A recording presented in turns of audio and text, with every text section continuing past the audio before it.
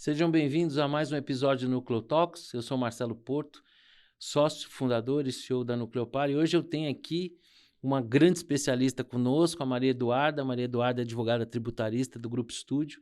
O Grupo Estúdio é uma empresa especializada em recuperação tributária. O arcabouço tributário do Brasil é tão complexo que existem empresas que ajudam as empresas a serem mais eficientes na questão tributária e, inclusive, às vezes, a recuperar tributos que foram pagos a mais. Bom, eu queria começar aqui com a Maria Eduarda, agradecendo a presença dela. Vocês imaginam aí que estamos começando a implementação da reforma tributária, como é que é a demanda dela? Hoje esse é um dos podcasts que ela vai gravar, tem mais um no final do dia, né? Então é um privilégio para a gente ter uma especialista como você e eu não podia começar diferente, queria que você contasse um pouquinho da sua história, como é que você se tornou uma advogada tributarista, falar um pouquinho do Grupo Estúdio, fica à vontade. Muito obrigada, Marcelo. Eu que agradeço o convite, é um prazer para mim estar aqui conversando com vocês sobre esse assunto que eu gosto tanto, né? A gente tá aí vivendo Tem realmente. gente que gosta Eu desse gosto, tipo de assunto, eu gosto de impressionante. estudar, não sei São se eu vou gostar, pessoas que precisam ser estudadas, né? Mas tudo bem. mas eu gosto de estudar por enquanto. Os efeitos práticos a gente ainda vai ver, né? A gente tá sentindo. Mas é um assunto que tá na minha vida aí já há quase 10 anos, muito antes da gente ter as emendas complementares aí da Constituição. Eu estava estudando já, então o assunto tá na minha vida. Eu me formei na PUC e fiz 2 especializações depois em Direito Tributário, e já em uma delas já caí estudando os anteprojetos de alteração na Constituição sobre reforma tributária. Então faz tempo aí que eu estou estudando e agora a gente está vendo sair do papel, né?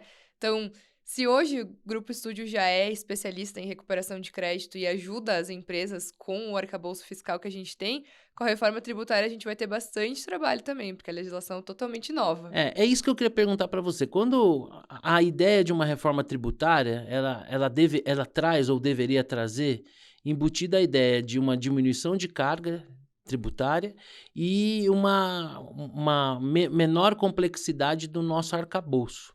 O fato é que o ano já começou, né, a bola já está rolando, mas a sensação que se tem é que nós não teremos uma diminuição de carga por conta da reforma e muito menos o nosso arcabouço ficou menos complexo ou muito menos complexo do que se imaginava.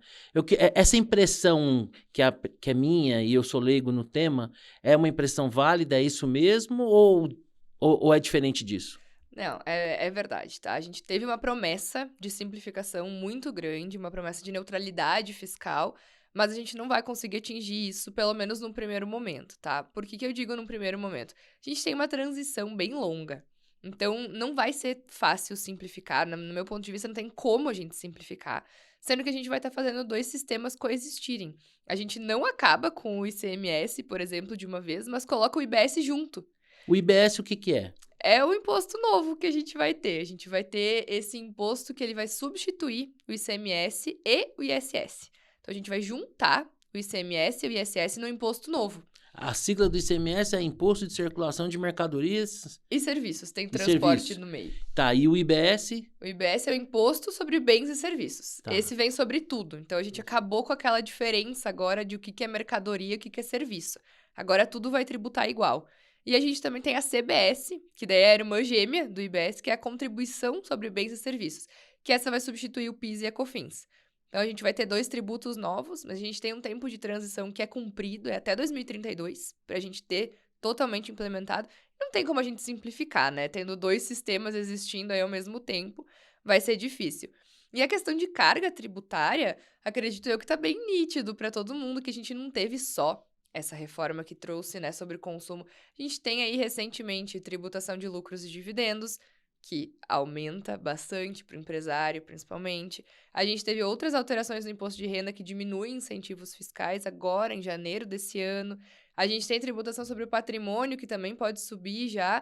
Então, diminuir carga tributária é realmente uma coisa que a gente não vai ver aqui no Brasil tão cedo. Então, antes da gente começar a destrinchar o tema, eu tenho uma sensação, e me corrija aí se eu estiver errado, que é o seguinte: a reforma já está valendo, mas existe muita incerteza, existem muitas dúvidas, porque, na verdade, a parte, vamos dizer assim, de legislação, o arcabouço é algo macro, e falta ainda normatizar um monte de coisa, né? Por isso que tem tanta dúvida, né? Falta bastante coisa. O que a gente tem, assim, explicando um pouquinho no mundo jurídico? A gente tem, são 2 leis complementares.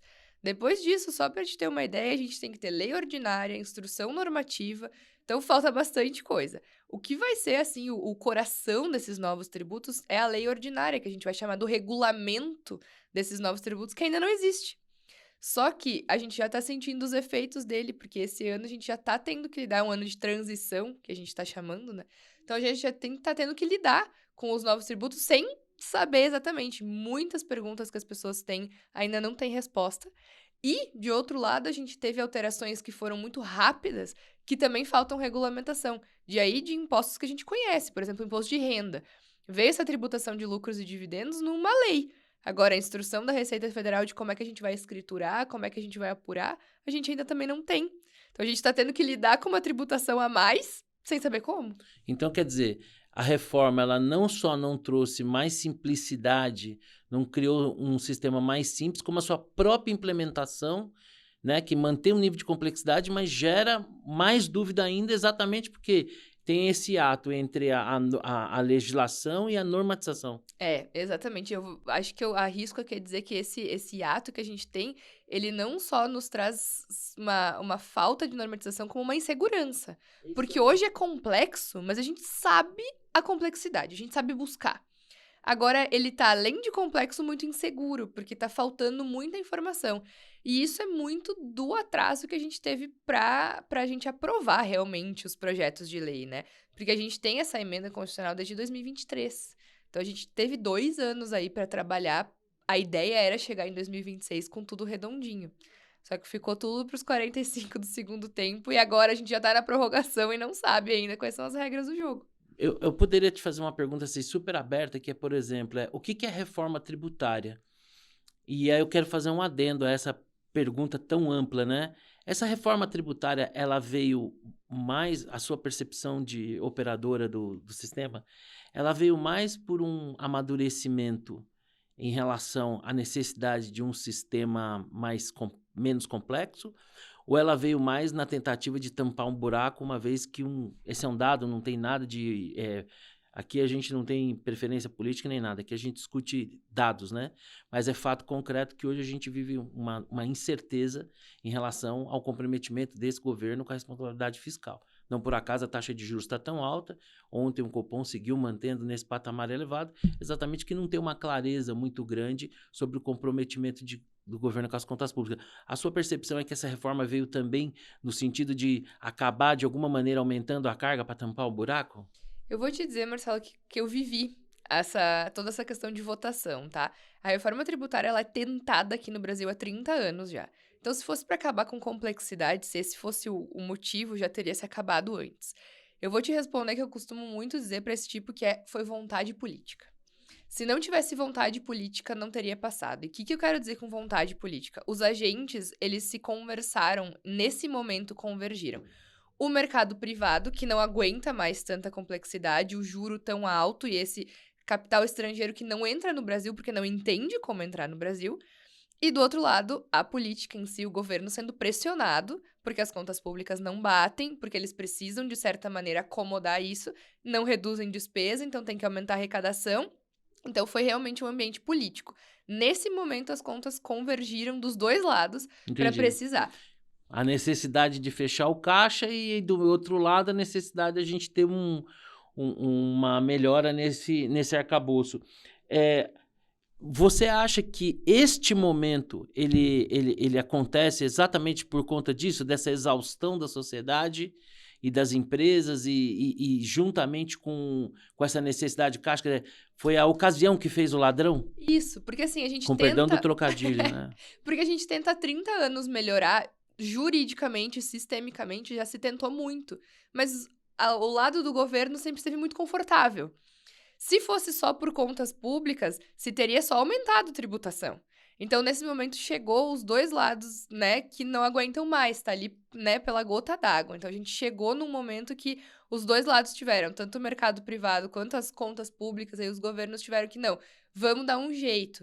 O problema é que esse jeito, pra gente, não vai simplificar num primeiro momento, e a arrecadação vai subir. Então, assim, o que eu digo? Foi um jeito que se encontrou, mas no meu ponto de vista foi o jeito errado, tá? Antes de tudo, a gente tinha que ter feito uma reforma administrativa. Eu vou te contar um segredo. Eu tenho 58 anos de idade, quem acompanha aqui o nosso podcast sabe disso. É desses 40 anos passados no mercado financeiro. Eu entrei no mercado financeiro em março de 1986. Você sabe o que se discutia em março de 1986, 2 anos antes da Constituinte? Reforma tributária, reforma administrativa e reforma política. A reforma da Previdência em 1986 já apontava para os problemas de demografia que nós teríamos de um sistema que tinha sido adotado 15 anos antes, em 1971. A reforma da Previdência aconteceu ano passado. Reforma política, uma quantidade de partidos, essa loucura que a gente tem, essa ainda não está no radar. E agora, finalmente, uma reforma da Previdência que, assim como uma reforma tributária, que assim como uma reforma da Previdência, é muito mais um remendo do que efetivamente você ir no cerne da questão, né? Exatamente. A gente foi antes aumentando os outros lados do que diminuindo o que de fato precisa. Porque se a gente tivesse começado pela reforma administrativa, a gente ia limpar o que precisa ser limpado e depois sim agregar o caixa. A gente pode pegar uma empresa, né? Quando a gente não tem mais como acertar as contas da empresa, o que a gente faz? Pega mais dinheiro do banco a juro alto ou tenta conter a despesa? A gente tenta conter a despesa antes de tudo, né? As empresas elas vão ser geridas, inclusive, levando em consideração o nível de atividade econômica, né? Numa economia que às vezes está de lado em recessão, como é que se justifica o governo manter uma máquina paquidérmica? Hoje, a sensação que se tem é que o Estado brasileiro ele praticamente vive em função de si mesmo, né? Eu tive a oportunidade de ser vice-presidente de uma associação de moradores, então lá, dos 100% que arrecadávamos, 87% a gente devolvia para a comunidade, né? Serviço de segurança, manutenção das ruas, captação, tratamento, distribuição de água, né? E nós tínhamos ali uma pequena estrutura que consumia ali uma parte do que a gente arrecadava. A sensação que a gente tem hoje é que o Estado brasileiro existe em função de si mesmo, né? Ele faz o contrário disso. Né? Porque pela carga que a gente paga, a gente tem muito pouco serviço em troca, né? Quem é que podendo não tem um convênio médico particular? Quem é que podendo não coloca seu filho numa escola privada, né? Em detrimento dessa falência aí do Estado brasileiro. Bom, vamos descer um pouquinho agora e começar a conversar assim, sobre mais os efeitos práticos, né? Numa reforma tributária, provavelmente alguém aí vai estar pagando a conta, né?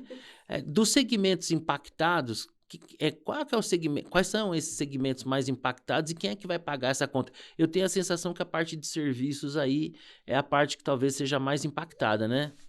Exatamente. A gente vai ter que a gente está chamando de um reequilíbrio econômico, tá? Porque hoje boa parte da carga tributária está na indústria. A gente sabe que o ICMS é pesado e que é bem complexo, né? A gente tem o PIS/COFINS sendo complexo, mas nada se compara ao ICMS hoje. E o ISS, ele é bem mais barato e bem mais simples. E com a reforma tributária a gente vai equiparar. Acabou, não interessa mais se eu sou indústria, se eu sou comércio, se eu sou varejo ou se eu sou serviço. Todo mundo vai pagar a mesma carga.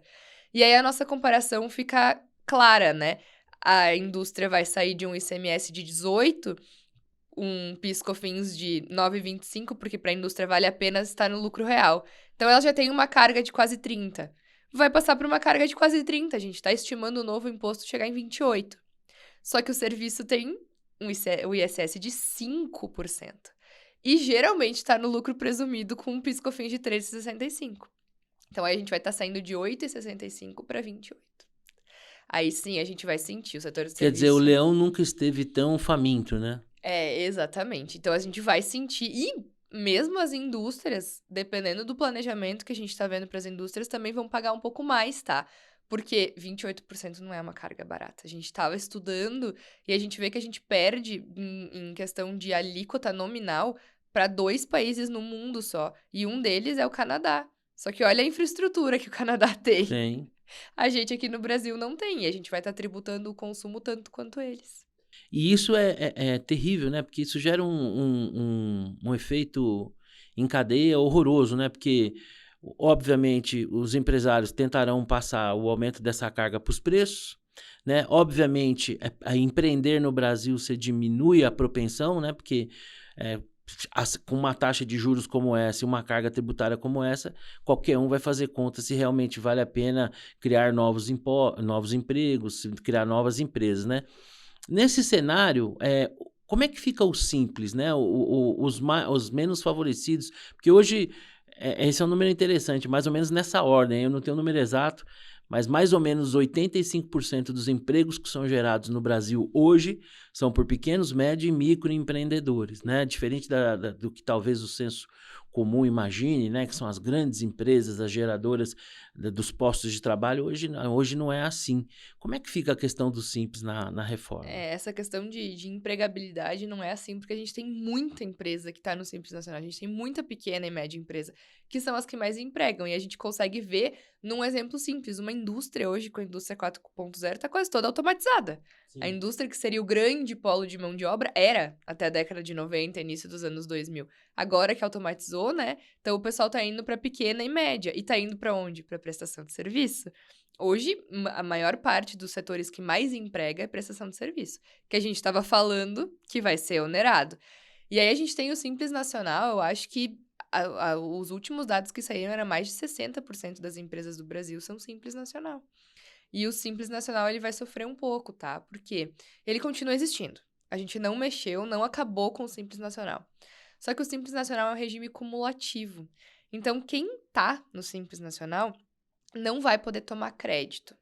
E a venda desse contribuinte do Simples vai dar um crédito pequeno, que é só do que ele recolheu. E por que eu digo que isso vai impactar bastante? Porque agora, o coração dessa reforma tributária, o que muda realmente é a questão de crédito. Crédito tributário, daqui para frente, vai fazer toda a diferença. Porque a lógica é não cumulatividade ampla. Então, tudo que eu comprar vai me dar crédito, tudo que eu vender vai gerar um débito. E aí a gente vai fazer uma conta que é para ser simples. Eu tenho crédito e os débitos, eu vejo se eu tenho um saldo credor ou devedor. Se for devedor, eu pago.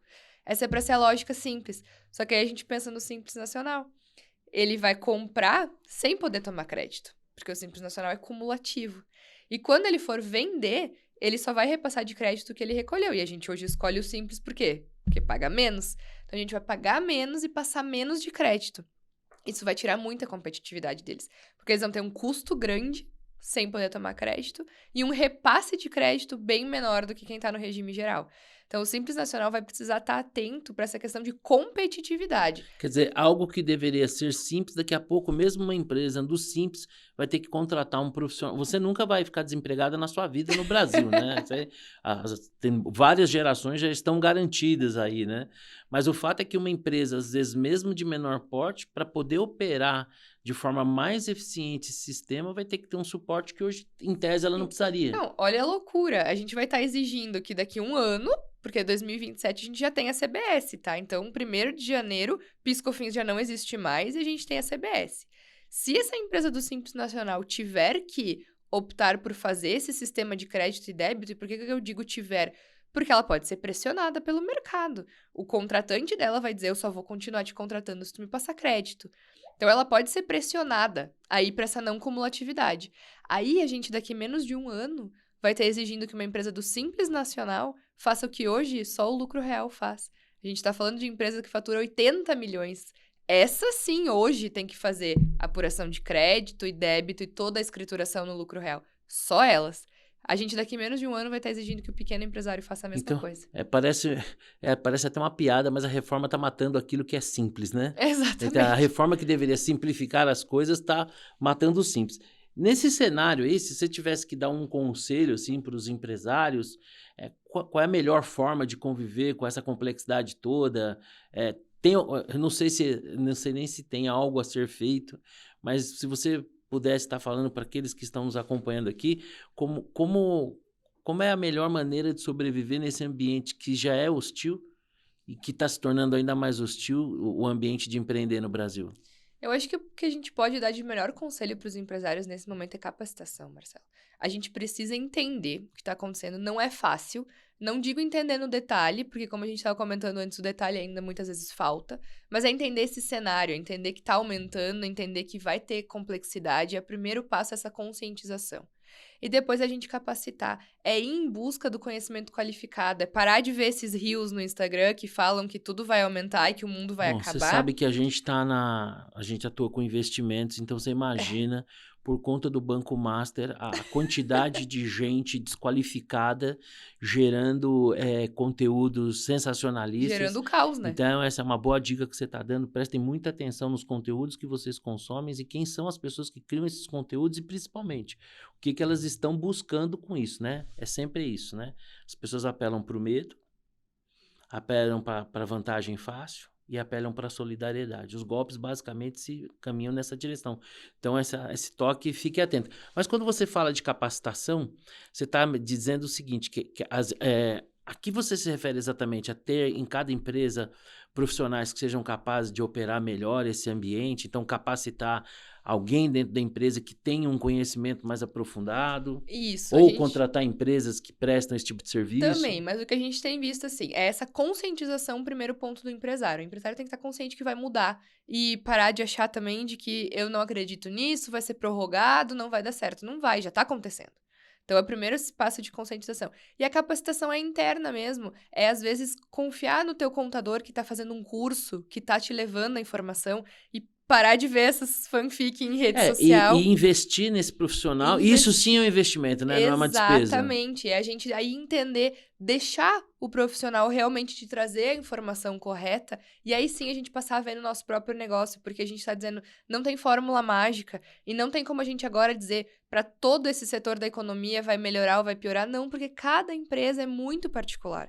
A responsabilidade dela perante o fisco é uma, a cadeia de produção dela é outra, então a gente não tem como comparar uma empresa com a outra. Eu vi um caso do McDonald's, né, que eles estavam discutindo se era sorvete ou bebida láctea, para que isso determinasse o tipo de imposto. Olha que loucura, né? E isso dá certo, só que como é que se chegou nisso? Entendendo do negócio e vendo essa possibilidade. O profissional que viu essa possibilidade é um profissional capacitado. Por isso que a gente fala que a capacitação nesse momento vai fazer total diferença. Então, o empresário tem que se conscientizar de que sim, vai ser difícil e vai mudar, e permitir que alguém capacitado chegue nele. E aí, indiferente, pode ser um profissional interno que ele dê espaço para essa capacitação, pode ser uma empresa de consultoria, mas não é aquele alarmismo de ficar vendo na rede social de que tudo vai ser tributado a partir de agora e eu não tenho para onde correr. Não é bem assim, a gente tem, só que quem está vendo a oportunidade de onde tem é o profissional que está capacitado e está estudando para isso. Então, esse é o conselho que eu posso deixar. Mas deixa eu te perguntar uma coisa. Se de um lado a gente não deve ceder a esses exageros sensacionalistas com os quais nós somos bombardeados, né, nas redes sociais, o brasileiro é o país do jeitinho, né? Uma outra preocupação que a gente tem que ter também é de não deixar de levar a sério, porque as empresas que não seguirem a risca o que está sendo implementado agora, elas podem estar criando um passivo que vai se tornar custoso, especialmente considerando uma taxa de juros tão alta como no Brasil, Sim. multa e tudo mais, né? Não, a gente tem que levar a sério. O que a gente costuma podar, digamos assim, o empresário é desse alarmismo, de eu não tenho mais o que fazer. Não, calma. Se entender, tem o que fazer. Mas a gente precisa entender e levar a sério. Que a gente tem os dois extremos, né? É aquele que diz, agora, já que tudo vai ser tributado, eu vou fazer do meu jeito. E aquele que diz, eu nem acredito que isso vai ser tributado mesmo. Então, a gente tem esses dois pontos. O ideal é tentar buscar um equilíbrio, né? Um meio termo, exatamente. É o meio termo que a gente tem que buscar. E aí, a gente procura realmente essa conscientização e capacitação. É o melhor que a gente pode falar para o empresário agora como um conselho, assim. É buscar fonte confiável do que está acontecendo e não é aquela obrigação de ter que entender, tá? Porque aí é uma confissão minha. Nem a gente que está estudando há tanto tempo está entendendo tudo que está acontecendo. Então, é ir aos poucos. Tem que estar up to date, né? Porque realmente é tudo tão complexo e tudo tão novo que mesmo os profissionais acabam tendo que levar um tempo para consumir informação. Antes aqui da gente começar o nosso bate-papo, eu estava conversando com a Maria Eduarda sobre, por exemplo, e talvez esse é o nosso próximo tema, né? Qual vai ser o impacto nos investimentos, mas só para que você tenha uma ideia, nós temos o caso de investimentos isentos, que eles são isentos enquanto produtos, né? Então não existe recolhimento sobre o rendimento no produto, mas aquele rendimento ele passa a fazer parte da composição dos rendimentos somados para serem avaliados, e aí eles somados também passam a ser deduzidos, quer dizer, que os nossos irmãos lusitanos nos perdoem, a gente sempre faz piada com os portugueses, né? Mas parece uma contabilidade meio sem sentido, né? Quer dizer, você não tributa na fonte, lança o rendimento para compor e depois deduz Depois isso. tira ele de novo. Então a gente percebe que simplificar não vai simplificar nesse primeiro momento, né? Mas esse é um ótimo exemplo de como a gente não pode fazer um alarmismo, porque quando essa lei de tributação de investimentos saiu, o que foi dito? Todos os investimentos vão ser tributados. A Receita Federal está atrás de todos os investimentos. Não é verdade. A gente teve a lei, depois teve a regulamentação, e a gente viu que não é que ele vai ser tributado, ele vai compor a base global. É isso que eu queria falar com você. Na parte do... a gente falou de empresa, agora vamos falar um pouco de investimento, patrimônio. Qual que é a essência das mudanças no que diz respeito aos investimentos, né? Porque houve realmente esse ruído no começo, que aqueles investimentos isentos deixariam de ser isentos, e alguns até se inviabilizariam se isso fosse levado ao pé da letra. Em essência, como é que muda a parte dos investimentos? Os investimentos tem alguns que vão passar a ser tributados sim, tá, Marcelo? A gente teve a isenção, não vai ser tributado o que está garantido pela Constituição, que são, por exemplo, as letras de crédito, tá? LCI, LCA. Então, isso realmente a gente continua sem pagar. Alguns outros, infelizmente, a gente tem que aceitar que o governo conseguiu morder uma parte deles, tá? Do que a gente está falando nesse caso? Investimentos em fundos privados, por exemplo. Tá, a gente aí tem que analisar exatamente qual é a constituição daquele fundo para ver se a gente não Seriam vai ser os fundos tributado. exclusivos, é isso? Então, fundos que rendem bastante estão na mira da Receita Federal há bastante tempo. Vocês devem saber melhor do que ninguém, né? Onde qualquer coisa que se mexa e gere renda no Brasil é um alvo potencial, né? Então uma parte disso eles realmente vão conseguir abocanhar, tá? O que a gente tem que cuidar é realmente ter o texto da lei e da normativa para a gente conseguir ver. E o que muda para os investimentos, eu acho que é o que muda como um todo, é a questão da gente ter rastreabilidade do que a gente está fazendo. É parar de confundir a conta pessoa jurídica com a conta pessoa física. O que é muito comum, né? Exatamente. É parar da gente investir sem saber o retorno daquilo. Vamos ter o consultor que nos diga, faz na pessoa jurídica, certinho, o retorno é esse, em tanto tempo.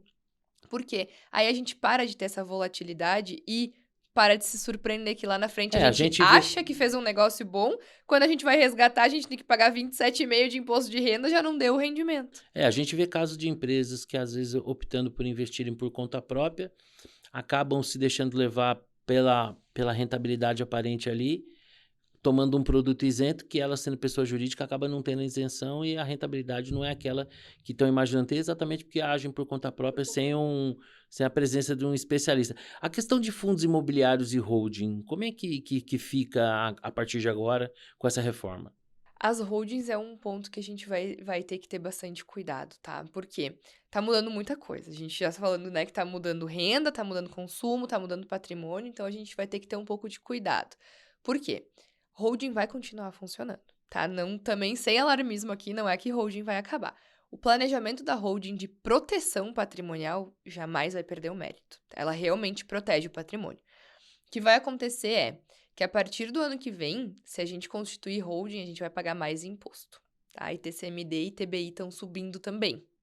Então, a gente tem que constituir a holding para proteção patrimonial ainda esse ano. Não por acaso, né? Muitas famílias precipitaram a sua sucessão e criaram holdings ao longo do ano que se passou, exatamente para aproveitar essa alíquota ainda menor, porque a alíquota era para aumentar já esse ano. Sim. Mas aí a gente teve um desejo de bondade do presidente que ele deixou para assinar só em 2026, então só vale para 2027. Então, em tese, quem construiu uma holding ao longo de 26 ainda vai estar se aproveitando dessa tarifa. Isso. Até aproveitando aqui, né? Todo mundo fala holding. Você poderia explicar um pouquinho o que é a holding, qual que é a finalidade dela, só para a gente, né, contextualizar para quem eventualmente não está acostumado com o termo? A holding é uma pessoa jurídica que a gente constitui basicamente para proteção, tá? A gente até brinca que vem do termo em inglês, né, to hold, que é pegar para si.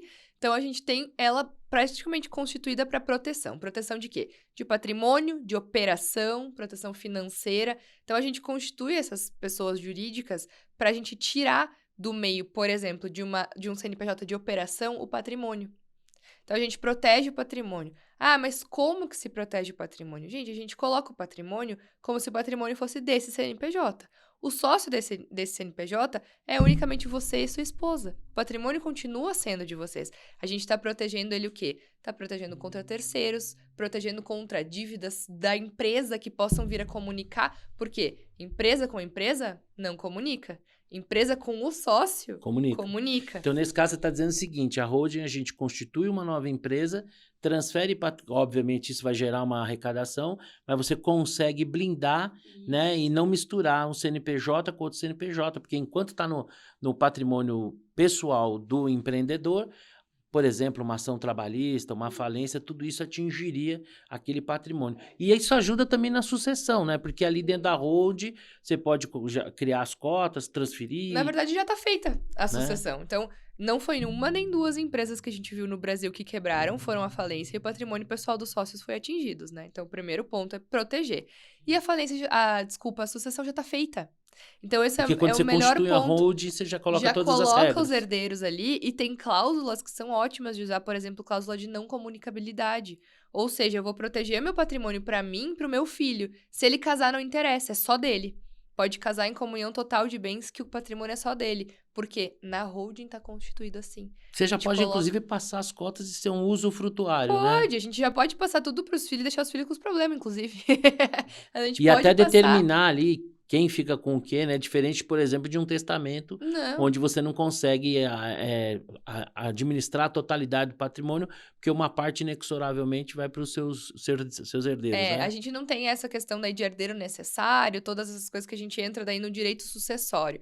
Na holding, a gente tá, enquanto ainda plenamente capazes das nossas vontades, dizendo o que vai ser feito do nosso patrimônio. Então, a gente pode colocar cláusulas de que uma parte disso vai ficar com um herdeiro, outra parte vai ficar com outro herdeiro, ou a gente colocar tudo com os herdeiros e ficar em usufruto, deixar, por exemplo, as empresas para os herdeiros, mas a gente como responsável, ou seja, até a gente falecer, é a gente que responde pela empresa. Que é aquela condição de usufrutuário, né? Isso, exatamente. Então, a holding, ela, além de proteger muito, ela ainda antecipa vários problemas que vão acontecer, porque a gente sabe a dor de cabeça que é abrir um inventário depois, né? Sem dúvida. Aqui na Nucleopar a gente sempre trata a questão da sucessão patrimonial em duas frentes, né? A primeira, a questão da proteção, inclusive o nosso último conteúdo que foi ao ar foi exatamente com o nosso especialista em seguros, o Leonardo, né? Então, uma frente é essa, né? Você já tem um cheque predatado dado, né? Aquele patrimônio já vai implicar ali uma custa advocatícia, cartorial, de tributária, quando for fazer a transmissão. Então, essa é uma frente. E a outra frente que é organizar esse patrimônio através da holding, né? Isso, a gente organiza. E essa questão de antecipar custo tributário volta ao que a gente estava falando, que agora 2026 é o último ano, né? O nosso ITBI e o nosso TCMD ainda tá igual. Então, deram uma molezinha. Então, ainda está em tempo. Pra gente se planejar ainda esse ano. Pro patrimônio, eles deixaram. Entendi. Tira uma dúvida minha. Essa questão de holding, pelo menos antigamente, quando se falava, nós estávamos falando assim de famílias bilionárias e tal. Hoje a estrutura de holding, ela é muito mais acessível, né? Com certeza. A gente tem até casos engraçados que antigamente, quando a gente falava em holding, a gente tinha 2 pontos que dizia, eu não sou rico, ou eu não vou morrer tão cedo. Eram os dois. A gente não se dá conta mesmo que a gente acaba, né? Então a gente às vezes oferecia holding dizendo, mas eu não vou morrer tão cedo, não preciso fazer isso. Não é questão de morrer cedo, é questão de proteger patrimônio contra coisas que vão acontecer enquanto a gente ainda tá vivo. Que pode ser uma ação trabalhista, pode ser uma falência, uma recuperação judicial. Então a gente tem que tirar. E também não é só se tem um mega patrimônio. Qualquer patrimônio pode ser protegido. Às vezes a gente proteger o pequeno patrimônio nos dá um resguardo pro resto da vida. A gente protege a nossa empresa. É claro que a gente vai ter que levar em conta custos e tudo, mas hoje a pessoa que já tem um patrimônio constituído, tem alguma liquidez, tem uma empresa, tem algum patrimônio imobilizado, ela já deveria estar pensando em organizar isso numa holding, porque vai ser muito mais eficiente. Com certeza. Né? E o custo também é proporcional, né, Marcelo? Então, assim, se o patrimônio for bilionário, o custo vai ser maior, é proporcional. Mas, assim, um cidadão médio que já tenha uma empresa com solidez no mercado e imóveis, já vale a pena fazer uma holding. E a estrutura, no final das contas, gera uma eficiência que se paga, né? Com certeza, com certeza. A gente economiza tanto ao fazer a holding que se paga logo. Isso Entendi. A gente pode afirmar. Bom, então nós falamos das empresas, falamos dos investimentos, vamos falar das pessoas físicas, né? Que é a maioria da população, né? Como é que fica, né? Todo ano lá, eu tenho cada vez melhorado, eu cada vez tenho entregado a minha declaração antes, né?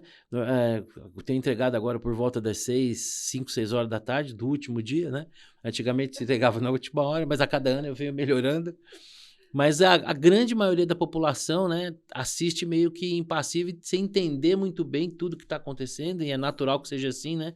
Cada um tem sua vida, seu trabalho, a gente tem prioridades, mas está todo mundo sabendo que existe em curso aí também uma reforma tributária que vai atingir as pessoas simples, as pessoas físicas, a maioria da população. Quais que vão ser os maiores impactos assim da reforma tributária? Nós tivemos uma isenção, né? Isso que eu ia dizer. Que é um negócio bacana, mas não disseram de onde vai vir o dinheiro para compensar isso aí, né? A gente já sabe, dos lucros e dos dividendos. A gente já sabe. Eu queria que você falasse um pouco sobre isso aí. A gente teve, realmente foi uma promessa de campanha que agora foi cumprida, né? Que é o quê? Isentar do imposto de renda quem ganha até 5 mil. Então, quem ganha até 5 mil não vai mais pagar imposto de renda. Só que aí eu te pergunto, Marcelo, tu conhece a tabela progressiva do imposto de renda? Fala pra gente. Há quantos anos ela não é atualizada? Eu perdi a conta, porque não foi atualizada no tema, não foi atualizada. Nossa, quantos anos a gente tá falando? A gente tá falando de mais de uma década sem atualização. É isso que eu tô fazendo, eu tava fazendo a conta, é mais ou menos isso. E aí, assim, a gente tem hoje a tabela progressiva do imposto de renda pessoa física que era só atualizar. Era só atualizar para valor atual, né? Que a gente já conseguia essa isenção. Porque a primeira faixa isenta hoje é ridículo. A primeira faixa isenta não tem mais como sobreviver com aquele valor. Se a gente atualizasse, a gente chegaria bem próximo dos 5 mil. Só que não então, foi isso que foi feito. Na verdade, o que foi feito não foi nenhuma bondade, né? Simplesmente a correção na curva do tempo de uma tabela que há mais de uma década não foi corrigida. Só que foi feito pior, porque daí, ao invés de se fazer o certo e o mais simples, que era atualizar a tabela progressiva, foi dada uma isenção. Aí, se isentou quem ganha até 5 mil. Só que aqui no Brasil a gente tem um pequeno problema, que toda vez que a gente cria uma renúncia fiscal, a gente tem que criar da onde vai ser esse dinheiro. E aí que eles vieram com a tributação de lucros e dividendos. Na verdade, essa lei, ao fim e ao cabo, ela quer tributar as grandes rendas. Ela não quer isentar quem ganha até 5 mil. E quer tributar e pelo motivo ruim, né? Porque não é tributar a favor de um Estado eficiente que entrega benefício, né? Ela quer tributar simplesmente fazendo uma transferência de renda de quem gera riqueza para um Estado ineficiente, paquidérmico, que tem uma elite de funcionalismo público, né? E ela vem com um viés, assim, bem atravessado, porque aí eles disseram, a gente vai isentar quem ganha até 5 mil, mas para isso a gente vai tributar só os super ricos. Sabe quem é que foi considerado super rico? Quem ganha mais de 50 mil por mês. Quem ganha mais de 50 mil por mês, sem dúvida, tem um bom salário, mas está longe de ser um super rico. Não é super rico. Aqui em qualquer lugar do mundo, né? Exatamente. Então, assim, pega uma família que tem 2 filhos em idade escolar, se está ganhando 50 mil, as crianças estão levando metade. Com certeza. Se tiver em época fase universitária, então... pior ainda. Então, assim, não é super rico. Ele veio para tributar e quem que vai sofrer? Até porque o super rico, a maior parte das grandes famílias já tem sua liquidez toda fora do Brasil, Exatamente, né? Então, isso que eu ia dizer. Quem é que vai sofrer com isso? A classe média. A classe média sempre vai pagar a conta, É a classe média de novo que vai estar pagando a conta. E isso gera um efeito muito ruim na curva do tempo. Alguns anos atrás, eu viajei ao Panamá. E conversando lá com o pessoal, né? Primeiro para entender o que era o tal do diablito sucio, que era o diabinho sujo, que é um negócio do carnaval deles lá que eu levei uns dias para entender que eles falando. Mas hoje o Panamá ele é composto basicamente pela classe média venezuelana e a classe média colombiana, que são as pessoas que fugiram das Farc e que fugiram do regime chavista, né? E não é por acaso o Panamá bomba. Aqui a gente vê, quem de nós aqui não conhece alguém que já imigrou, né? Que já mudou de país, porque desistindo do Brasil, que é muito ruim, porque são essas pessoas que carregam capital intelectual, carregam o ímpeto de empreender, né? Tudo isso muito ruim, né?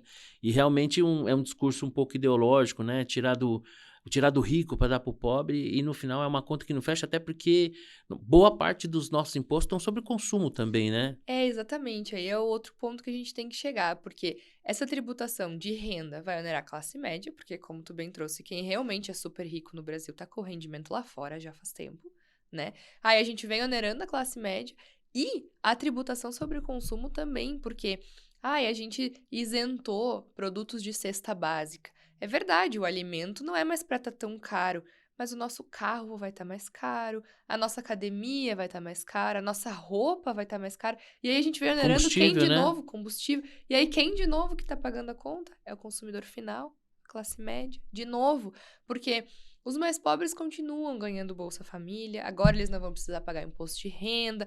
Então, quem ganha até 5 mil pode estar mais confortável. Tem o benefício do assistencialismo, que é muito comum aqui no Brasil, agora não vai estar pagando imposto de renda. Se consome coisas que vai ter menos tributação sobre consumo, vai estar pagando menos. Só que a classe média não consome mais só o arroz e feijão. E você está num país que 85% dos empregos são gerados por pequenos, médios e microempreendedores. Você machucar a classe média assim e perder essa força motriz da sociedade, ainda que você tenha planos assistenciais que vão resolver o problema a curto prazo, mas deveriam ser... Nós não deveríamos comemorar a ampliação dos programas, né? A gente deveria comemorar termos cada vez menos pessoas que precisam desses programas, né? Se as pessoas conseguissem sair desse assistencialismo e realmente ir para mercado de trabalho ou para empreendedor mesmo, né?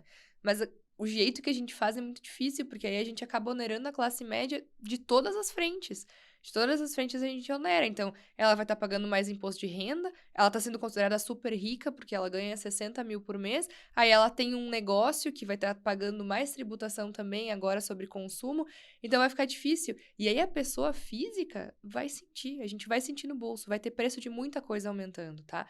A gente tem, por exemplo, que ter muito cuidado com os serviços que a gente toma, que a gente já falou que serviços vão ser a parte mais onerada, mas quem hoje que não pega um serviço, né? A gente, pessoa física, vamos pensar, a gente vai para uma academia, a gente vai para o salão de beleza, vocês vão para o barbeiro, isso é serviço, a gente consome serviço, não tem como.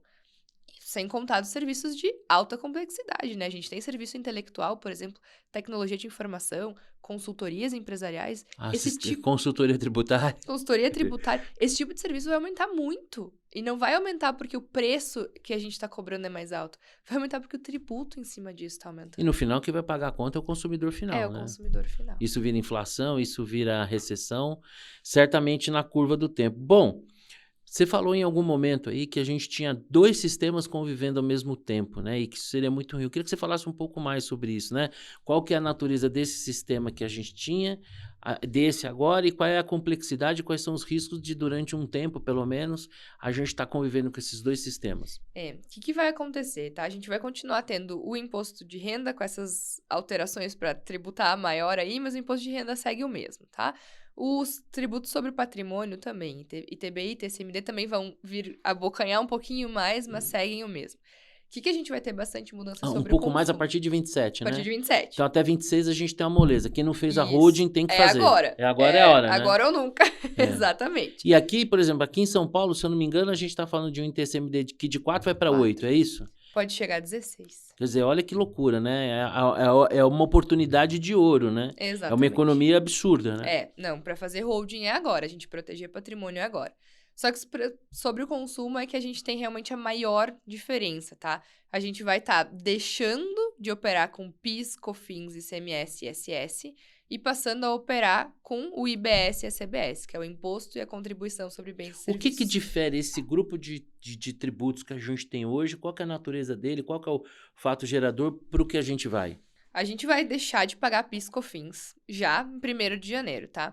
PIS e COFINS hoje o que é? São 2 contribuições federais da União, só que elas incidem sobre faturamento. Então, a gente tem o faturamento, a incidência direta sobre faturamento de PIS e de COFINS. Quer dizer, independente se aquele faturamento é resultado, é lucro ou não. É sobre você faturou, você pode até operando prejuízo, mas faturou, tem tributo. E agora a gente vai, então, a partir de 1º de janeiro de 2027, operar com a CBS, que também é uma contribuição, também é federal. Que bonito o nome, né? Contribuição, né?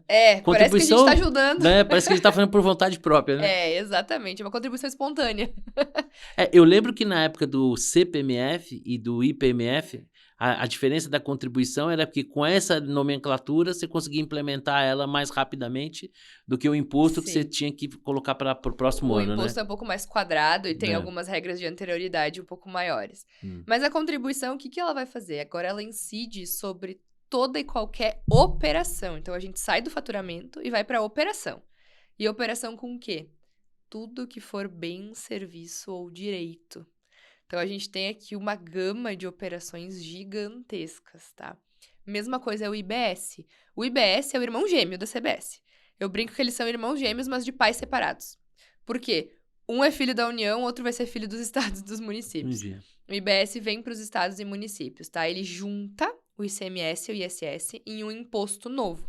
Mas eles funcionam exatamente iguais. A base segue sendo o faturamento. Não, operação. É operação com bens, serviços e direitos. Porque faturamento dava ideia só de indústria e produto, é isso? O faturamento caiu fora. Então, agora a gente tem... Você aumentou a base. Muito, porque agora tudo que é operação, com bem, com serviço ou com direito, vai ser tributado. E aí, você pode pensar, Maria Eduarda, mas eu não tô conseguindo visualizar isso. Direito de imagem.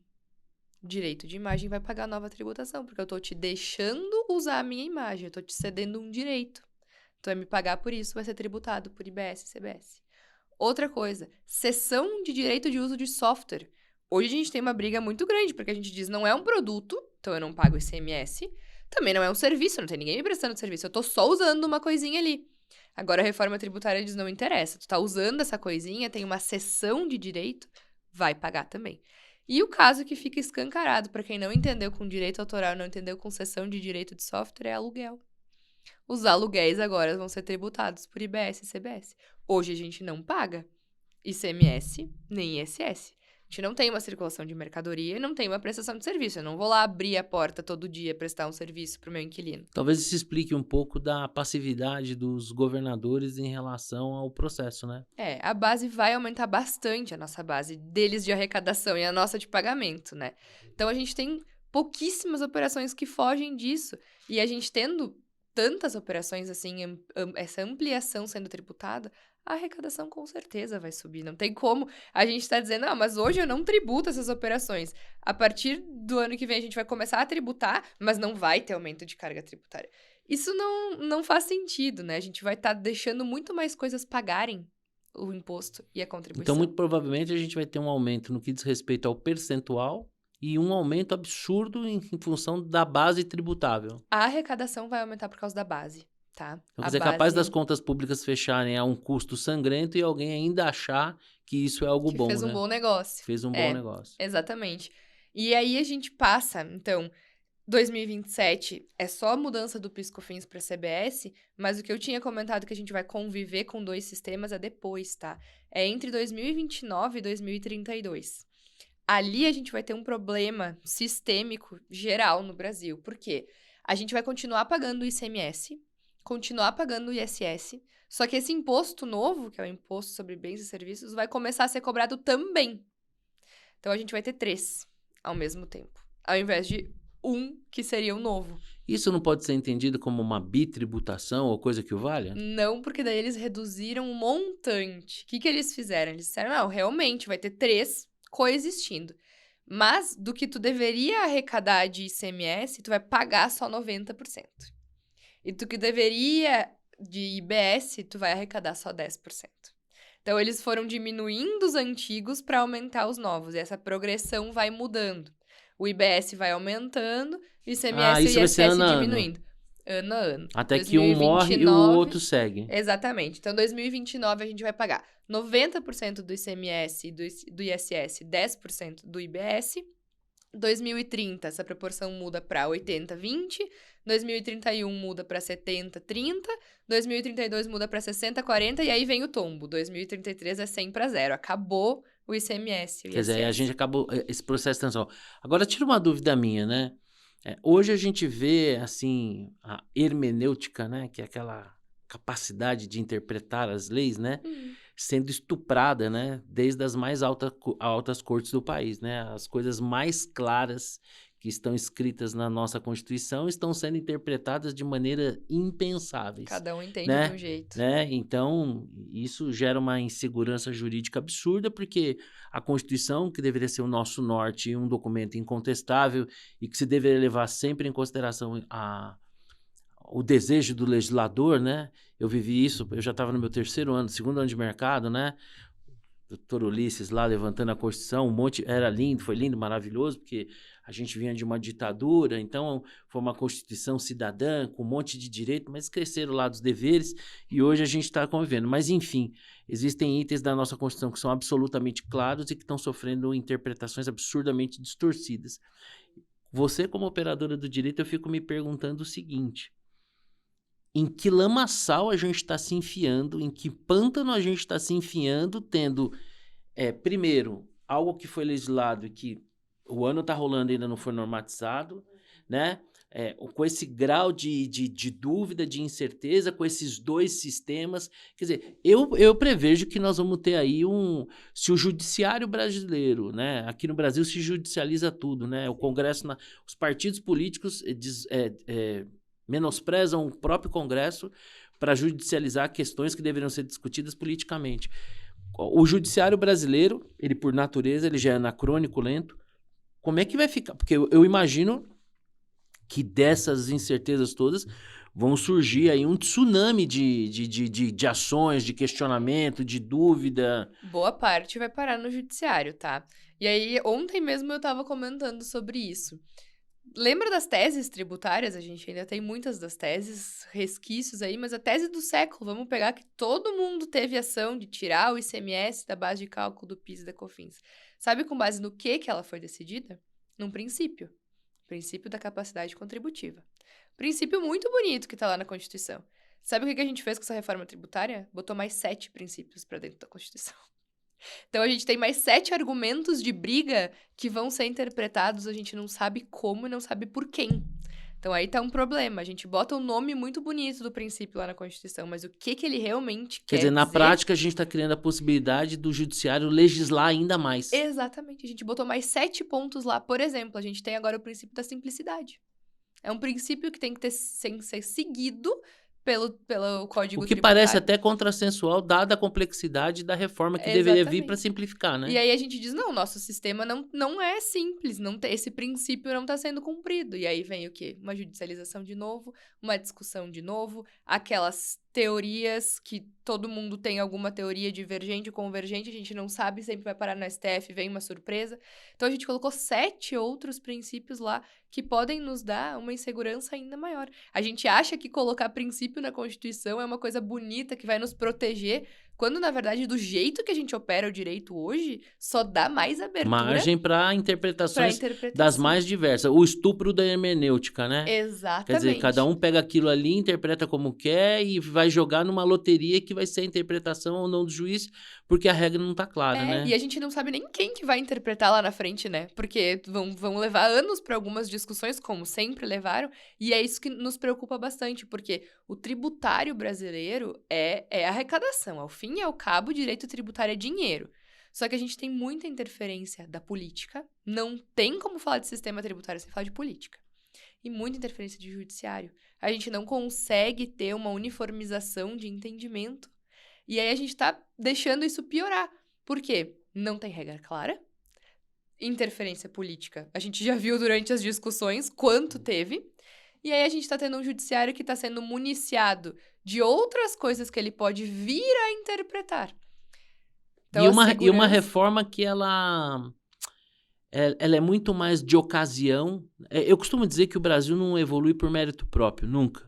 Nós evoluímos por fruto das circunstâncias, porque chega uma hora que a realidade bate na nossa cara, e como a realidade é democrática, né, ela não é budista, ela não é católica, ela não é corintiana, ela não é são paulina, né, ela pouco se importa, e ela acaba se impondo. Então, o Brasil é meio assim, a gente só resolve as coisas quando a gente está à beira do precipício.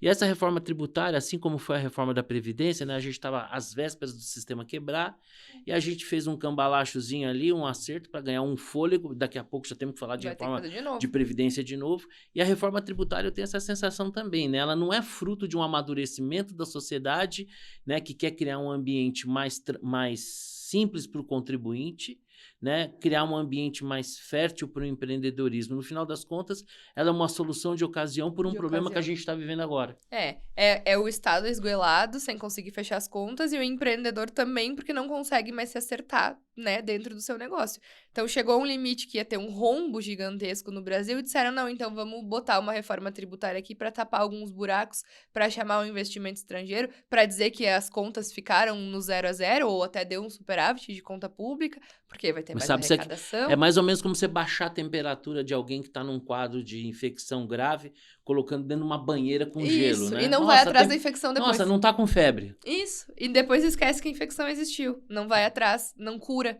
Então, a gente tá fazendo isso de novo. Que é o que a gente disse, veio realmente de uma ocasião. E aí, o que nos salta aos olhos, assim, é porque a gente vendeu essa reforma tributária como se a gente estivesse trazendo para o Brasil... Como se fosse um upgrade para o país, né? Não, e a gente diz, a gente está trazendo para o Brasil as melhores práticas Práticas. internacionais.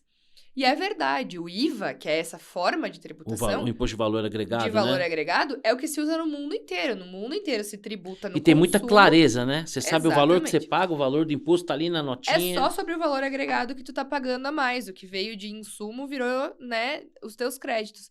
O problema é que a gente trouxe pro Brasil dando o nosso jeitinho brasileiro.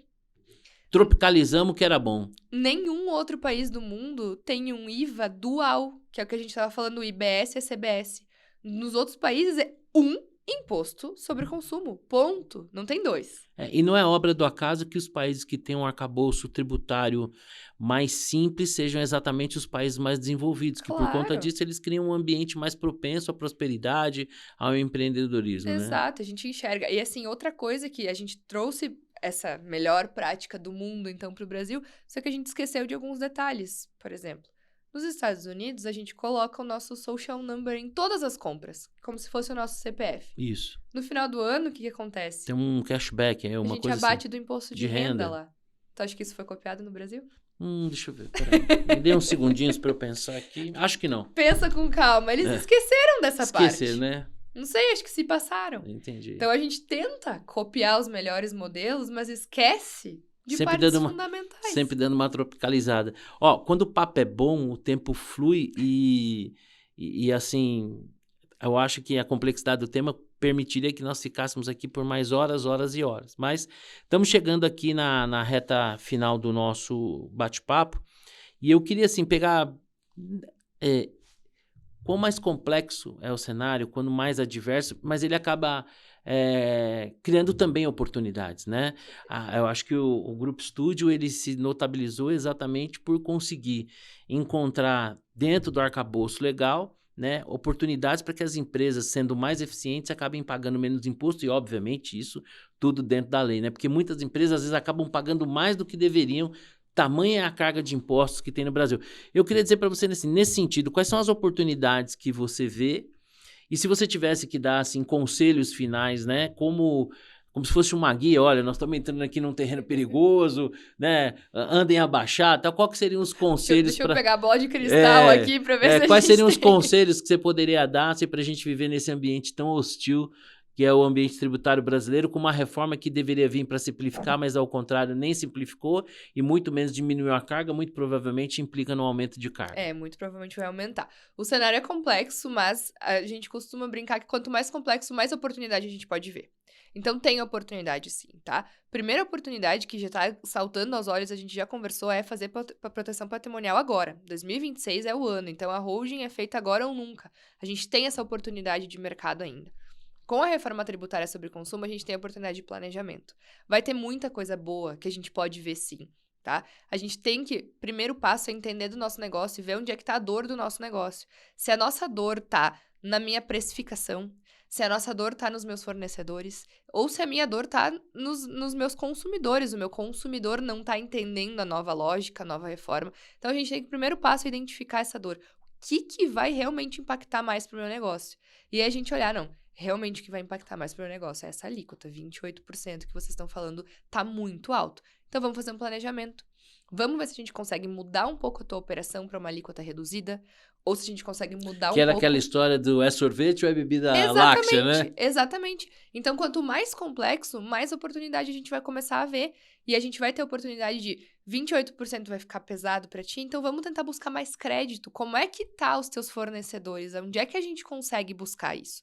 Então, a gente vai ter muita oportunidade de planejamento.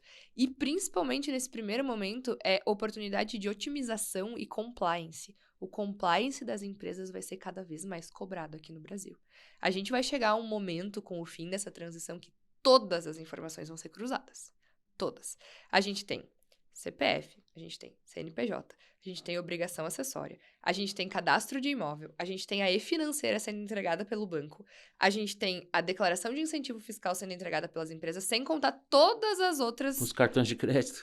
Cartões de crédito. Então, tudo, assim, né? tudo tá sendo mapeado. Tudo tá sendo mapeado. A gente vai chegar pro final dessa reforma tributária onde todas as informações vão ser cruzadas. E aí, a gente tendo compliance interno desde agora, a gente se protege muito. Porque a gente vai ter os nossos contratos, os nossos cadastros e saber que a gente não tá fazendo nada errado. A gente tá batendo, a Receita Federal tá batendo, que bom, aqui dentro também tá batendo. O meu compliance tá em dia. Porque esse é um risco que a gente corre, eu penso, nesse cenário tão complexo, que é o de você estar criando um passivo legal, às vezes até sem se dar conta Sem disso, saber, porque vai né? estar mudando tanta coisa ao mesmo tempo. E aí a gente vê, assim, casos simples, mas que a gente não pode fazer, que é o diretor tá usando o cartão corporativo da empresa para conta pessoal. Gente, isso não pode mais. Vai estar batendo aquilo ali, porque se ele usar a conta do cartão corporativo, vai estar pingando como crédito para a empresa e aquilo ali não é crédito. Então é separar as contas, separar a pessoa jurídica da pessoa física. São pequenos atos no nosso dia a dia que a gente já pode fazer, essa consciência a gente já tem. Eu costumo dizer, né, e posso fazer essa piada com os administradores de empresas, porque sou um deles, que os administradores de empresas, geralmente, aqueles que são menos estudiosos, não se dedicam muito, diferente dos advogados que têm que estudar em profundidade as leis, diferente dos economistas que têm que estudar todas as teorias econômicas, econometria, enfim. Mas eu lembro da minha aula de instituições de direito público privado, primeiro semestre, professor Nelson Godoy Bassildover, que uma das primeiras coisas que ele ensinou pra gente é o seguinte: alegar desconhecimento da lei não lhe trará vantagem, né? Então, num cenário tão complexo como o nosso, é importante aí seguir o conselho que a Maria Eduarda está nos dando, né? De que a gente invista, os empresários, cada qual dentro da sua possibilidade, ou formando profissionais que já estejam à disposição, ou contratando profissionais, porque, infelizmente, a gente está vivendo um cenário muito complexo, existe uma chance razoável de você não estar recolhendo os tributos da maneira correta, né? Seja para menos ou para mais. Se for para mais, procure o Grupo Estúdio aí, que eles fazem um estudo para você. E eu queria, Maria Eduarda, de coração agradecer a sua presença, a sua disponibilidade. É impressionante que ao final a gente tenha conseguido, de alguma forma, ter tido um papo leve, né, sobre um assunto tão denso, tão complexo. Claro, nós não tínhamos a pretensão aqui de num bate-papo de 1 hora esgotar um tema tão complexo, mas eu tenho certeza absoluta que com a sua participação aqui a gente clareou muita coisa, né? Fiquem à vontade em nos procurar aí através das nossas redes sociais. Quaisquer dúvidas que tiver, nós podemos encaminhar aqui para a Maria Eduarda. E eu gostaria de coração de agradecer pela sua participação. Foi muito legal e muito obrigado. Foi muito melhor. Confesso a você, fazer uma confidência aqui, abrir um parênteses.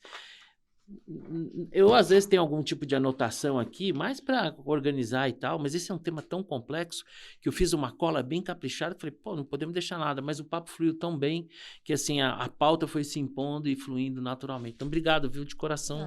Fica à vontade aí para as suas colocações finais. Eu que agradeço. E é bom quando o papo flui assim, a gente, como tu disse, né, consegue falar de um assunto tão complexo que assusta um pouco. Sim, sem dúvida. Mas de uma maneira leve, né? E a gente acho que deixa como último recado, assim, que oportunidade vai ter, mas a gente precisa se preparar.